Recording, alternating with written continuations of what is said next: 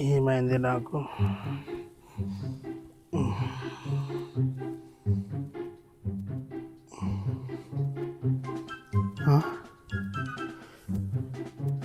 అన్నా,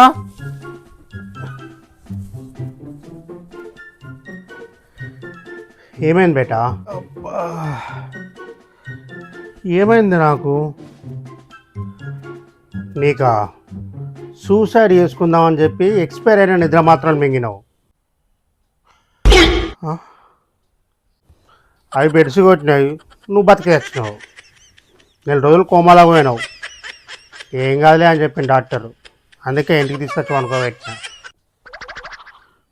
కోమాలో ఉన్నానా?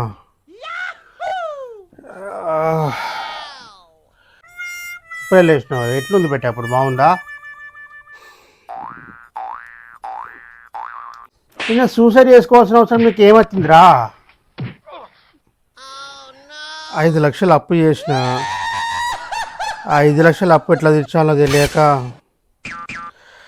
సూసైడ్ చేసుకుందామని చెప్పి తెలియకుండానే ఎక్స్పైరీ గోళీలు వేసుకున్నా. 5 లక్షలు అప్పు ఎట్లా తీర్చాలని చెప్పి సూసైడ్ చేసుకున్నావు. ఇప్పుడు నేను బతికించినందుకు 10 లక్షలు ఖర్చు అయింది. 10 లక్షల! అమ్మా, ఇప్పుడు 15 లక్షలు నువ్వే తీర్చాలి. ఎట్లా తీర్చు. 5 లక్షలు అప్పు ఎట్లా తీర్చాలనో తెలియక ఆత్మహత్య చేసుకున్నా. ఇప్పుడు 10 లక్షలు అప్పు చేసి బతికించినావా? ఎన్నిసార్లు ఆత్మహత్య చేసుకోవాలయ్యా నేను? దేవుడా, కొంచెమైనా దిమాగ్ ఉండాలి. అప్పు చేసినావు, కట్టాలి కదా. నువ్వు సూసైడ్ చేసుకుంటే నువ్వు కట్టలేక అప్పు ఇచ్చినావు, సూసైడ్ చేసుకుంటాడు. దిమాగ్ లేనివాడా? అరే, మనిషి ప్రాణం కంటే ఎక్కువ కదరా డబ్బు. నువ్వు పోతే మళ్ళీ వస్తావారా? డబ్బు పోతే మళ్ళీ సంపాదించుకోవచ్చు. పిచ్చి పిచ్చి పనులు చేయకు చెప్తున్నా. అదా అయిందా? రెస్ట్ చేసుకున్నా, రెస్ట్ చేసుకో.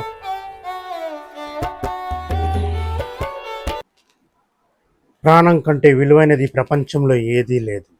ప్రాణం ఉంటే ప్రపంచాన్ని శాసించవచ్చు. అప్పు తీర్చలేమా? బ్రతికి చూపించు, లేదా చేతకాని వాళ్ళ చేస్తానంటే నీ కర్మ. కానీ నీ జన్మకు కారణమైన నీ అమ్మ నాన్నకి ఏం సమాధానం చెప్తావో చెప్పి చావు.